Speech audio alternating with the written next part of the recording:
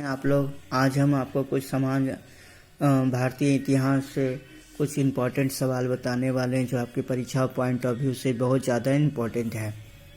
मेरा पहला सवाल है, इतिहास के तहत अध्ययन किया जाता है किस चीज़ का?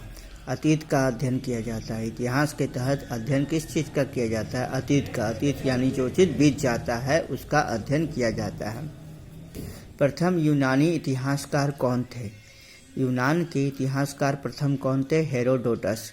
हेरोडोटस जो थे प्रथम यूनानी इतिहासकार थे। अगला सवाल है, निम्नलिखित में से किसने स्पष्टता कहा है कि इतिहास के समस्त निष्कर्ष युक्ति संगत साक्ष्यों पर आधारित होते हैं? किसने कहा था? थ्यूसिडाइडिस ने कहा था।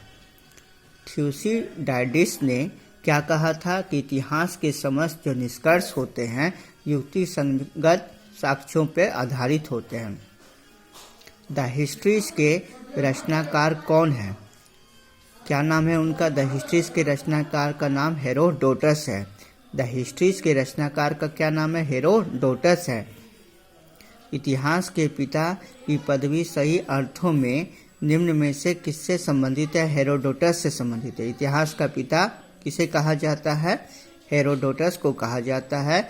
या क्वेश्चन में ऐसे पूछता है, इतिहास के पिता की पदवी सही अर्थों में निम्न में से किससे संबंधित है? हेरोडोटस से संबंधित है। इतिहास अपने को दोहराता है। इतिहास अपने को दोहराता है, यह कथन किसका है? हीगेल का कथन है।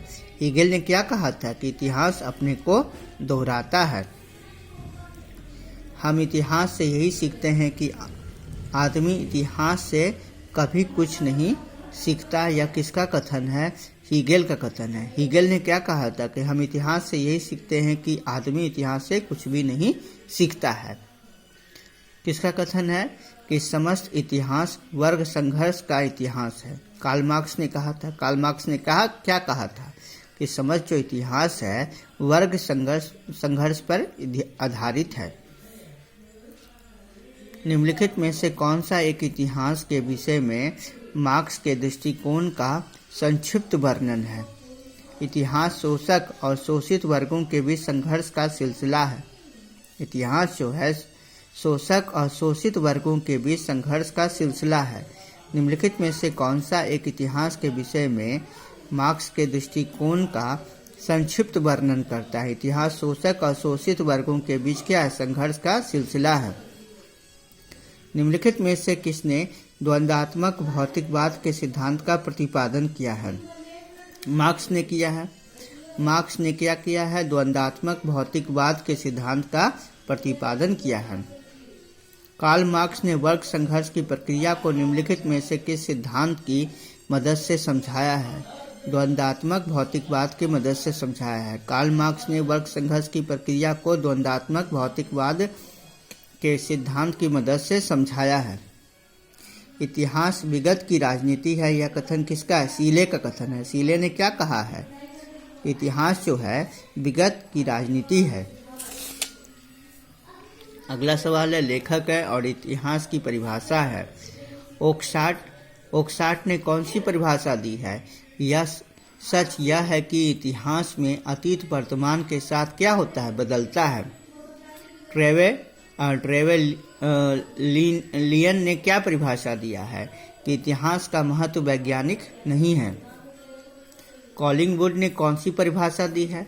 कि संपूर्ण इतिहास विचारों का क्या है? इतिहास है। और अब्यूरी ने कौन सा परिभाषा दिया है? कि इतिहास स्वतः मात्र एक विज्ञान है, इससे कम नहीं और इससे अधिक नहीं है। किस इतिहास दर्शन शास्त्री ने कहा था कि समस्त इतिहास समकालीन इतिहास है? किसने कहा था? बेनेडिटो क्रोचे ने कहा था। बेनेडिटो क्रोचे ने क्या कहा था? कि समस्त इतिहास जो है समकालीन इतिहास है। इतिहास अतीत एवं वर्तमान के बीच अंतहीन वार्ता है, यह किसने कहा था? E.H. कार ने कहा था। E.H. कार ने क्या कहा था? इतिहास अतीत एवं वर्तमान के बीच अंतहीन वार्ता है। अंतहीन का अर्थ क्या होता है? कभी न खत्म होने वाला।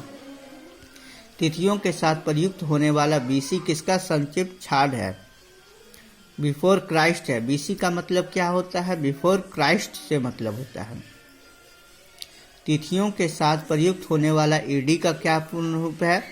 एनो डोमिनी है। एनो डोमिनी का मतलब क्या होता है? एडी होता है। वर्ष 50 ईस्वी पूर्व का क्या अर्थ होता है? वर्ष 150 ईस्वी पूर्व के बाद आता है। वर्ष जो है 150 ईस्वी पूर्व के क्या आता है? बाद आता है। वर्ष 1015 ईस्वी किस शताब्दी में आता है? 11वीं शताब्दी ईस्वी में आता है। वर्ष 1015 ईस्वी जो है किस शताब्दी में आता है? 11वीं शताब्दी में आता है।